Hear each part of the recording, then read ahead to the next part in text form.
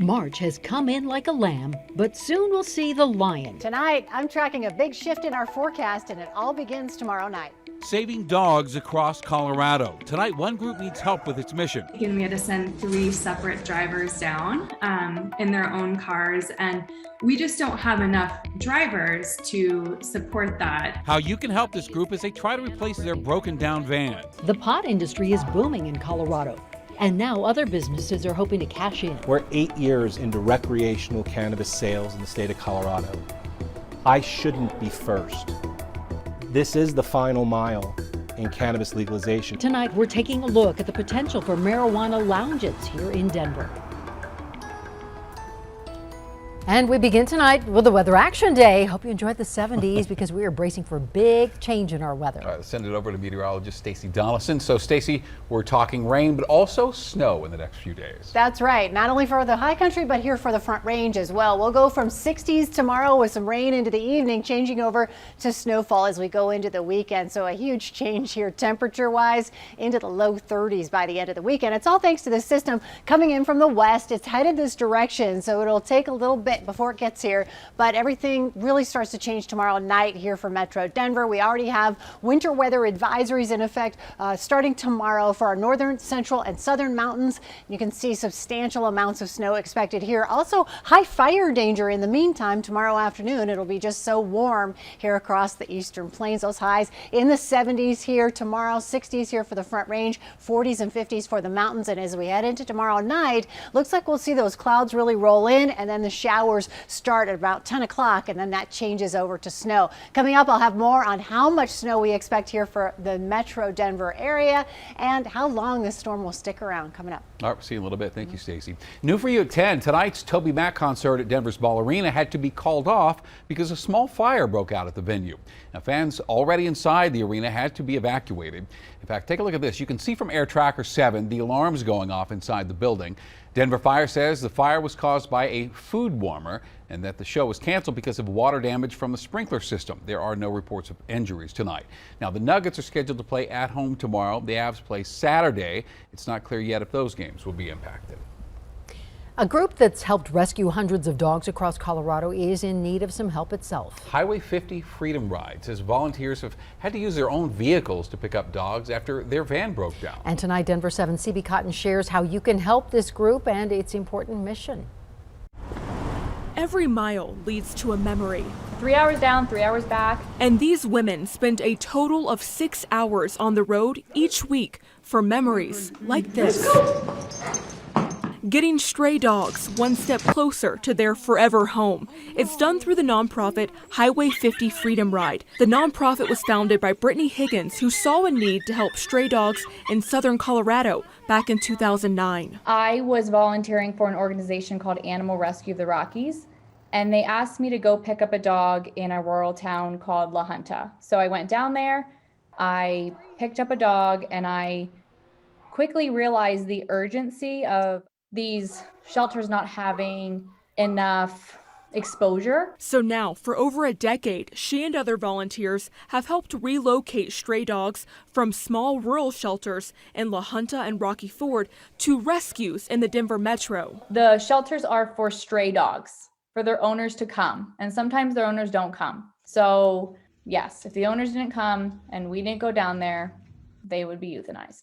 But Brittany and her team of volunteers fight to keep that from happening. The before and after photos of each dog they've saved motivate them to continue, even though finding rescues with space isn't always easy. Sometimes it feels like it's not going to happen. So it's really good to see when they're home. Now they need the community to make a dream happen for them. A new van that's safe and reliable will really allow us to go down with one driver,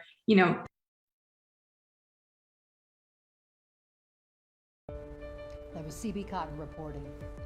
A new danger emerging in Ukraine. Officials say there is a fire burning at Europe's largest nuclear plant as it's attacked by Russian forces. This is happening in southeastern Ukraine. The country's foreign minister warns if there's an explosion, it would be 10 times worse than the Chernobyl disaster in the 80s. Now, The BBC is reporting that fighting at the plant has stopped. Firefighters are now on scene, and the U.S. Energy Secretary says the nuclear incident response team is monitoring the situation, and the department has yet to see elevated radiation readings. And this comes as the U.S. puts more pressure on Russia to end its war. Today, President Biden announced sanctions targeting more Russians within Putin's circle.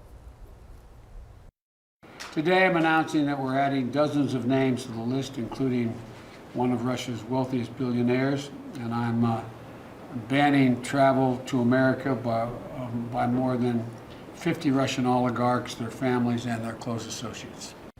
During a televised speech today, Russian President Putin claimed his invasion is going to plan, even though his forces have only captured one key city since entering Ukraine last Thursday. Also today, diplomats from Russia and Ukraine met for a second time in Belarus. And while no peace agreement was reached, the two sides agreed to open 2 humanitarian corridors, allowing people to leave Ukrainian cities. The United Nations says more than 1 million people have fled Ukraine since the war broke out last week. The Department of Homeland Security says Ukrainian nationals here in the U.S. before March 1st will be given temporary protected status, allowing them to stay in this country. The Douglas County School Board is taking next steps toward hiring a new superintendent. On Wednesday, the board named 2 finalists for the job. They are former interim superintendent Aaron Kane and executive director for the Parker region, Danny Windsor. Both finalists made the case for why they should be hired today. And the district says there will be a final public comment session before either Kane or Windsor is hired, and that will take place during the school board meeting on March 22nd. We are getting our first look at body camera video showing the chaos after a floor caved in during a house party in Aurora. Can you see anyone under there? I'm not, sir. I'm trying to just Hey, you see anyone under here? No. The Arapahoe County Sheriff says 3 teens were injured, including one seriously, when that floor caved in Saturday night. However, no criminal charges will be filed. Video shared on social media shows kids jumping up and down before that floor collapsed, and firefighters believe between 100 and 150 people were at that party. Over the next 7 days, 2 different Denver businesses will have hearings to get a marijuana hospitality license. And if granted, these businesses would be able to welcome Coloradans to smoke weed in designated lounges. There's only one other business in Denver like it. Denver 7's Veronica Acosta live with us in Denver tonight. Veronica, walk us through just how these lounges would work. So first off, we're talking about the Boutique Hotel, the Patterson Inn, and Tetra Lounge. That's a spot that's calling itself Denver's premier cannabis social club. So the Patterson Inn, it would have this separate lounge. This is a different place from where people go ahead and sleep overnight, whereas Tetra Lounge, it's a bit different. It's calling itself a safe place for smoking weed. So 2 very different businesses here, but they do have one thing in common, and that's that they're both BYOW, or bring your own weed.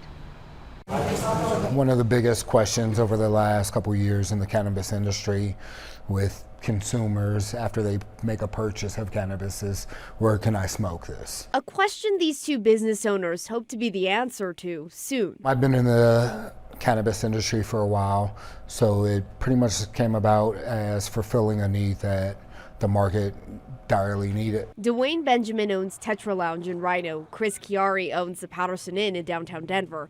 2 completely different businesses. But here's where they're similar. Within days, they'll have their marijuana hospitality license hearings, a process which, if granted, would allow them to open lounges where people can smoke weed. For Chiari, it's been a dream years in the making. I'm Heads and Beds Overnight Hospitality, and my goal is to pair 4-star hospitality with one of the most unique and exciting amenities in America with a licensed adult 21 plus controlled space cannabis consumption lounge. The lounge would be here on the same property as the inn. Chiari's hope is the lounge would attract current visitors as well as new ones. It's amenity. For me, actually, I hope that it gives me an opportunity to market and invite guests that might not be aware of my property to come and stay. At Tetra Lounge, the goal is to bring in anyone 21 and older who needs a safe space to smoke. Tetra is the thing that fulfills that need. It's a safe, enjoyable atmosphere for people of all different genres, races, and things that come here and consume cannabis in a social atmosphere. Before the 2 spots can welcome weed smokers in, they have to get through the hearing process with the city. A hearing officer would then draft a recommended decision about whether to approve the license, and from there it goes to the executive director of excise and licenses, who has the final decision. If approved, required inspections are the last step. Considering how long we've waited, not long at all. And if you're wondering, there is only one other business like this in Denver. If approved, these two would be the second and third of their kind. The Patterson Inn, it has its hearing tomorrow, Friday morning at 9. If they get the green light, then Chiari says he sees them opening their doors up either in the fall of this year or early next year, whereas Tetra Lounge, they have their hearing on March 11th. And Benjamin says that they are all ready to open their doors up. So as soon as they get that green light, they're ready. In Denver, I'm Veronica Costa, Denver 7. All right, Veronica, thank you. And Coloradans bought more pot than ever in 2021. Going in depth tonight, the Department of Revenue says cannabis sales topped $2.2 billion last year, the first time that's ever happened. In fact, sales have grown each year since Colorado legalized recreational sales in 2014. An out-of-this-world competition. There's nothing more rewarding than seeing students in this capacity. Colorado students hard at work in the kitchen creating food for astronauts. After some beautiful sunny weather this last few days, this is what our weekend's going to look like on the radar, and it includes snow for the metro area. I'll have all the details coming up. Plus, quarterback isn't the only position on the Broncos' mind this offseason. Tonight, we are hearing from running back Melvin Gordon on his chances of returning.